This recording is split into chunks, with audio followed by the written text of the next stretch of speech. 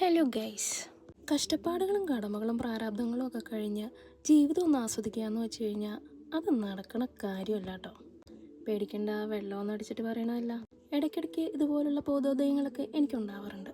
കുടുംബവും കുട്ടികളെയൊക്കെ നോക്കുന്ന കൂട്ടത്തിൽ നമ്മളും അങ്ങോട്ട് എൻജോയ് ചെയ്തോണമെന്നേ.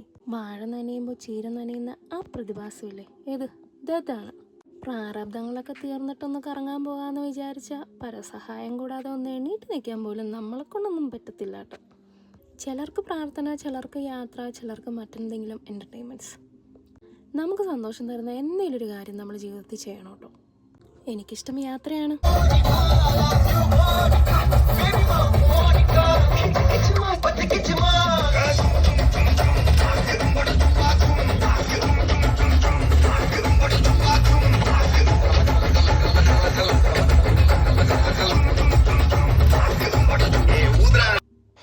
അങ്ങനെ ഞാൻ പോയ ഏറ്റവും മനോഹരമായിട്ടുള്ളൊരു യാത്രയാണ് കേട്ടോ ഇത്.